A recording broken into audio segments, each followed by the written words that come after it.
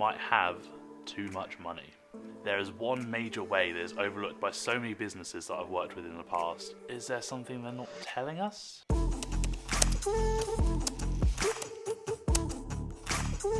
Hi, my name's Jake. Welcome back to The Culture Business if you've seen a video with us before, and welcome to all new subscribers. Whether you subscribe to our YouTube or not, or seen our videos before, make sure you visit The Culture Business on Instagram and Facebook for every single post every single day. Make sure you don't miss out on that.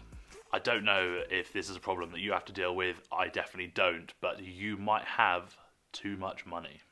Firms that create a high amount of profit often don't realise that there are negative effects of holding on to too much cash. There are plenty of ways that you can analyse this, but one major way is that holding on to a lot of cash, it kind of looks like you're waiting for something bad to happen. And if you're an investor or an employee or someone who's just going to go to your business, you kind of think, is there something they're not telling us? Should we be a bit cautious about using their products or services? This might not be the case, but the bottom line is you should think about how you're using your cash wisely. Don't just hold on to large amounts of profit. So if you're a business that's creating large amounts of profit and you've got cash in hand, which is a really positive thing, what should you do with it if you can't just hold on to it? Well, there are two main ways that you can get rid of cash in a positive way.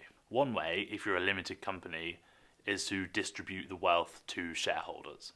This could be people that have invested a large amount of money in your business in the past, or are wanting to invest large amounts of money in your business right now. Or it could be people that are on the board of directors, or even the CEOs or the managers, even down to your employees. They can all be shareholders. And in fact, this can be a great way of motivating people. Obviously, you're going to try and make more money for the company if some of that goes back into your own pocket. But apart from giving out dividends to your shareholders, and you might not even want to issue new shares, there is one major way that is overlooked by so many businesses that I've worked with in the past, and it is as simple as reinvesting into your company.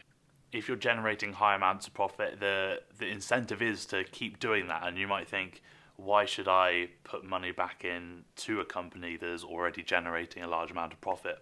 And the idea behind this is, well, firstly, you might be able to generate more profit, and secondly, it's preparing yourself for the future. This could be anything from investing in innovation, buying new technology, all the way to perhaps just making your employees more comfortable, giving them a better working environment, or even just boosting their pay a little bit. If you're a small company and you perhaps have 50 or so employees, £50,000 might not seem like a big deal to you, but £1,000 extra on top of everyone's wage might seem like an even bigger deal to them. It might make them work harder or better. Reinvestment into your company is usually a good idea because it allows a better foundation to be built upon.